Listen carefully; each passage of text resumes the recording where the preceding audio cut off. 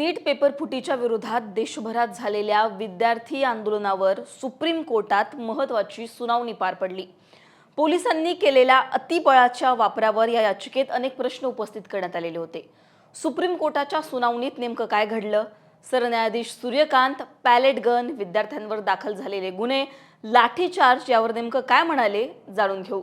नमस्कार, मी पूजा, तुम्ही पाहताय लोकमत। 20 तारखेला सीजेपीच्या आंदोलनात पोलिसांचा लाठीचार्ज झाला, ज्यावरून एकीकडे देशभरात संताप व्यक्त केला गेला तर दुसरीकडे विद्यार्थ्यांच्या गैरवर्तनाबद्दल सुद्धा टीका करण्यात आली। त्यानंतर दिल्लीसह अनेक राज्यांमध्ये विद्यार्थ्यांवर FIR दाखल करण्यात आले, अनेक विद्यार्थ्यांना ताब्यात घेण्यात आलं। पोलिसांनी केलेला अतिबळाचा वापर, पॅलेट गन, विद्यार्थ्यांवर दाखल झालेले गुन्हे या सगळ्या गोष्टींचा उल्लेख सुप्रीम कोर्टाच्या आजच्या सुनावणीत झाला। सरन्यायाधीश सूर्यकांत, न्यायमूर्ती जॉय मल्ल्या बागची आणि न्यायमूर्ती V मोहन यांच्या खंडपीठासमोर ही सुनावणी पार पडली। आजच्या सुनावणीत नेमकं काय घडलं हे जाणून घेण्याआधी 28 जुलैच्या सुनावणीवेळी नेमके काय आदेश कोर्टाने दिले होते हे थोडक्यात सांगते। ज्यांच्यावर गंभीर गुन्हेगारी इतिहास नाही अशा आंदोलकांवर सक्तीची कारवाई करू नये, FIR दाखल करू नये, विविध राज्यांमध्ये ताब्यात असलेल्या अल्पवयीन विद्यार्थ्यांची तातडीने सुटका करावी, पण गंभीर गुन्हेगारी पार्श्वभूमी असलेल्या विद्यार्थ्यांना किंवा व्यक्तींना हे आदेश लागू होणार नाही असं कोर्टानं स्पष्ट केलं होतं। आता याच गुन्हेगारी इतिहास किंवा गुन्हेगारी पार्श्वभूमी या शब्दावरून आज सुप्रीम कोर्टात चर्चा झाली। आज सुनावणीवेळी आंदोलक विद्यार्थ्यांच्या वतीनं ज्येष्ठ वकील वृंदा ग्रोवर यांनी सुप्रीम कोर्टात बाजू मांडली।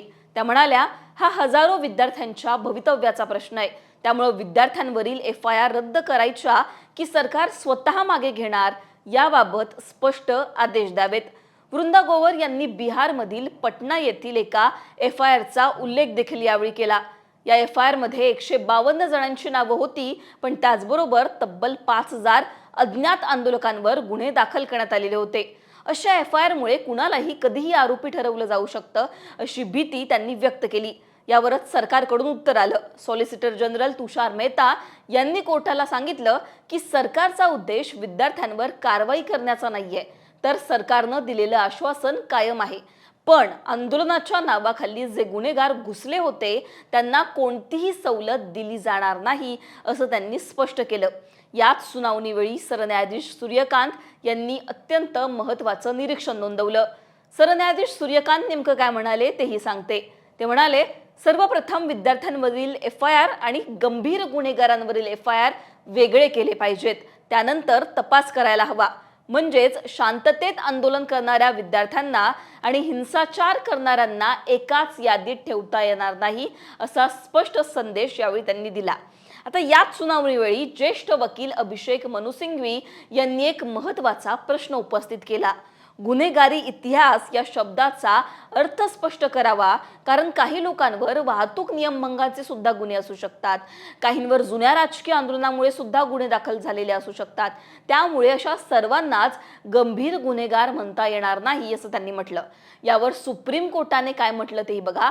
सुप्रीम कोर्टाने स्पष्ट केलं, गुन्हेगारी इतिहास म्हणजे बलात्कार, खून किंवा इतर गंभीर स्वरूपाचे गुन्हे, म्हणून अशा गंभीर गुन्ह्यांमध्ये आरोपी असलेल्या व्यक्तींना कोणतीही सवलत मिळणार नाही असं यावेळी सुप्रीम कोर्टाने स्पष्ट केलं। सॉलिसिटर जनरल तुषार मेहता यांनी यावेळी कोर्टाला काय सांगितलं तेही सांगते। ते म्हणाले की 2738 अशा व्यक्तींची ओळख पटली आहे ज्यांच्यावर गुन्हे दाखल आहेत, खून, बलात्कार किंवा इतर गंभीर स्वरूपाचे गुन्हे हे आहेत।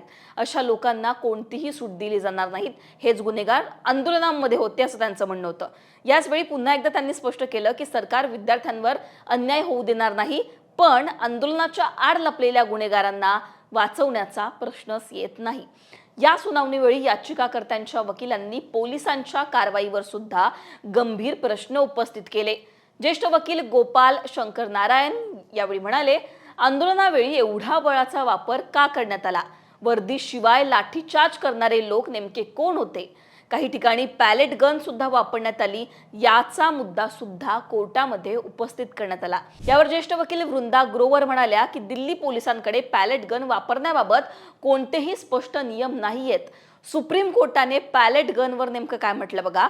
पॅलेट गन कधी, कुठे आणि कोणत्या परिस्थितीत वापरता येईल यासाठी संपूर्ण मार्गदर्शक तत्व तयार करण्याचा विचार सुप्रीम कोर्ट करत आहे असं यावेळी खंडपीठानं स्पष्ट केलं।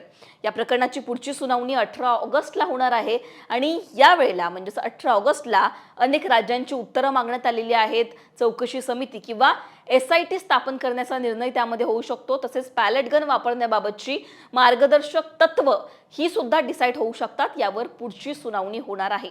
त्यामुळे CJPच्या आंदोलनात ज्या प्रकारे लाठीचार्ज झाला, विद्यार्थ्यांना ज्या प्रकारे ताब्यात घेण्यात आलं, पॅलेट गनचा वापर झाला असे जे सगळे आरोप होते, त्यावर सरन्यायाधीश सूर्यकांत यांनी सुप्रीम कोर्टामध्ये त्यांचं मत जे आहे ते मांडलं। स्पष्ट आदेश सुद्धा त्यांनी दिले।